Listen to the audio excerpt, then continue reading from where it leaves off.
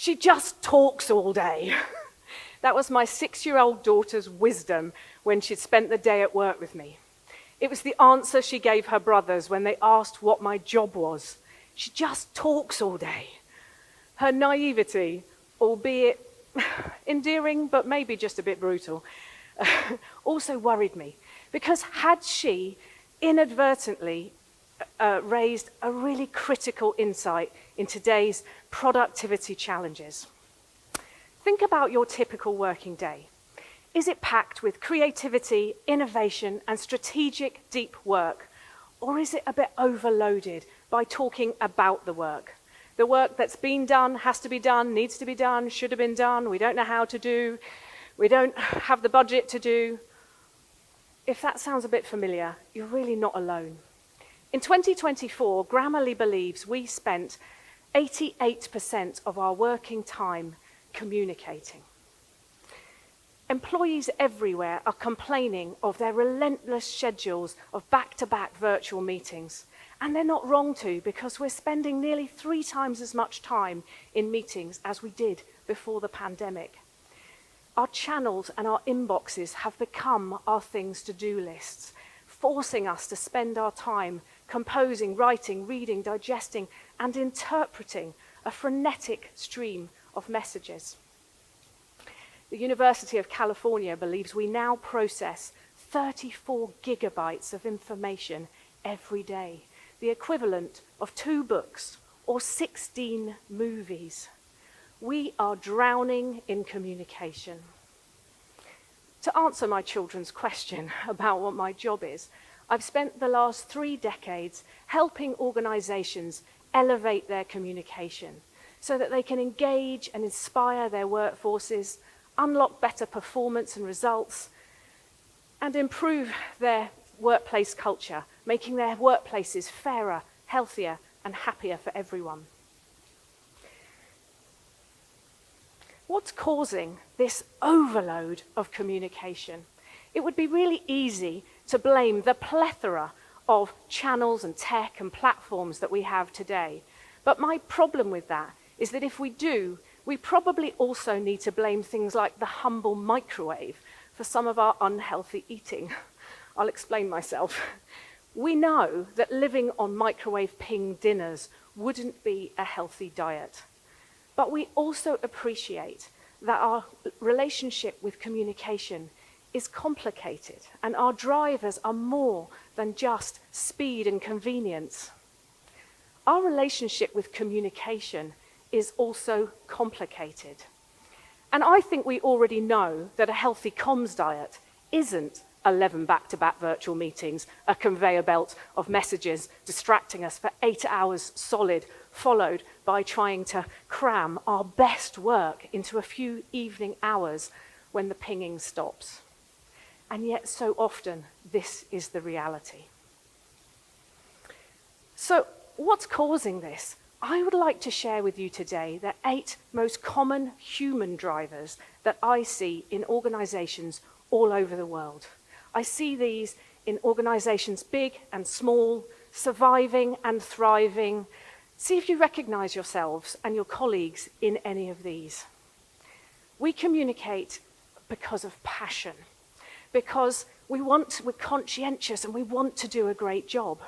So we keep those notifications on so that we can reply to people when we're on the train, cooking, shopping, walking the dog. We don't want to let anyone down or hold anyone up. I see employees giving consistent discretionary effort when they're off the clock. We communicate out of fear because it's not always safe at work psychologically. And sometimes there's even a blame culture. So when we see a problem coming, or a budget that might go over, a deadline that might get a bit missed, a project that's going wrong, we speak up so we're not the only ones that saw it, because there's safety in numbers. Sometimes we communicate out of confusion, because despite all this communication, we haven't a clue who's doing what and when by. So we check, we chase, we clarify, we fill the gaps. Sometimes it's self-preservation. because there's always change in organizations. And let's face it, we need these jobs. We've got bills to pay. So the challenge is that we make sure that everyone understands the pressure we're under, the value we bring, the knowledge we have. We make particular sure that our managers know the workloads they would have to pick up should they put our name in the hat. Sometimes, though, we do want visibility. We want to shine and stand out from the crowd because we want to be put forward for the next promotion or pay rise. So we shout about our achievements, our successes. We make sure we get the credit. Sometimes it's connection. Because when cultures get fragmented, it doesn't matter whether you work from an office or from home. It gets lonely, and we want to feel that we belong. Sometimes it looks like nosiness, but it isn't. Leadership aren't always transparent, and there's always something in the air. So a gossip culture can emerge, and we're just trying to navigate the politics and understand which way the wind blows. And finally, my favorite, appreciation. Because when we respond super fast or late at night or out of hours, or we help somebody find that file that nobody could find, or we answer the question that nobody could answer, and someone says to us, "Oh, you're a superstar, lifesaver," we feel valued, we feel wanted, we feel respected. It feels good, and that's our sugar hit. Do you recognize any of those? Of course you do, because they're all human, and we are all human. The problem is they all add up until we're overwhelmed with noise. And this is what is keeping us beholden to that next ping, clinging to our inboxes and our notifications, and it's distracting us from our best work.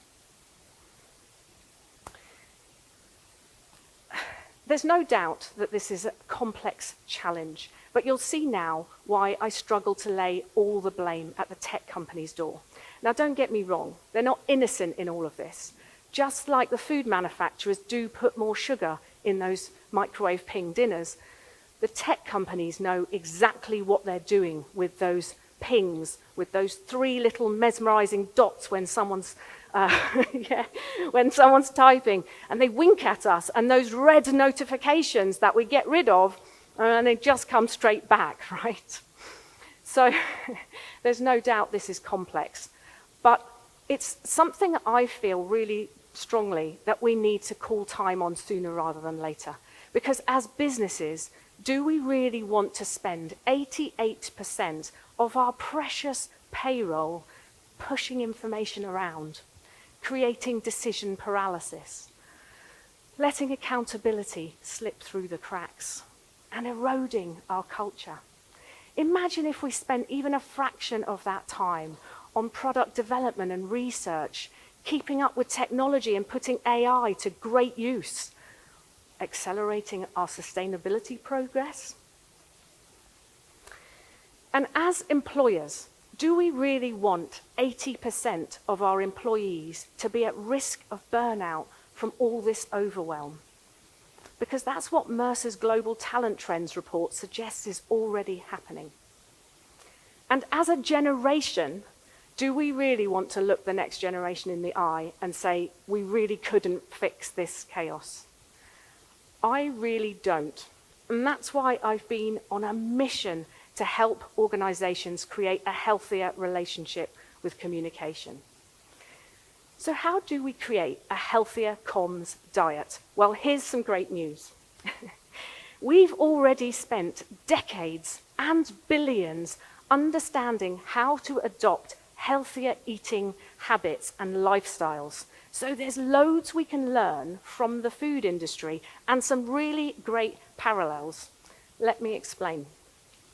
For example, we already know that personal preference plays a huge part. People like different food. Well, organizations have different cultures. And so what works for one company isn't going to work for another. So we already know that there's no one-size-fits-all silver bullet to this. We also know it's not about starvation, because the food industry tried sugar-free, fat-free, low-carb, low-cal. We didn't really want to live on lettuce leaves, and we don't want to give up our instant messaging, our email, or ditch the virtual office meetings and go back to the office. So it's not about sacrifice, it's about balance. Now, just like simple food swaps, there are also loads of small but intentional actions that businesses can take. I'll give you a couple of examples. We can tidy up our channels. We can set better protocols for what goes in which channel. We can be brave and close down some of those older channels. We don't need them anymore. Many people put new channels together during the pandemic, and they're still there. So we can be brave and simplify. And we can really be never on the end of a reply all email with 20 colleagues filling up our inbox. That is not the way, folks. We can also go on a purge to reduce the amount of time we spend in meetings. What's weird is we don't set any expenses sign-off or budget level authority limits for scheduling meetings, and yet they're really expensive. So one of the things we can do is simply publish the cost of every meeting in the invites and remind ourselves of the value of our time. Do we really need this many people in a meeting? Do we really need it to be this long? Is there a decision we need to be ready to make in this meeting? Are we even ready to have this meeting? And there are loads more small but intentional actions that businesses can take. But here's the other lesson that I want us all to learn from the food industry. There's a massive difference between a quick fad diet to reduce weight in the short term and to focus on our nutrition, to nourish our bodies, to get more energy and better, higher performance. And this is where I've been helping organizations. Let me give you a few examples of what this can look like. I helped empower frontline teams to make everyday operational decisions, to reduce the noise and the pressure on their already squeezed middle managers. I helped introduce executive sponsorships and mentoring for rising talent so it had somewhere to shine. And I helped connect cross-functional employees on single topics like sustainability and innovation, so all those rich conversations had somewhere to go and a channel. You see, communication can be so powerful, but not when we're drowning in it.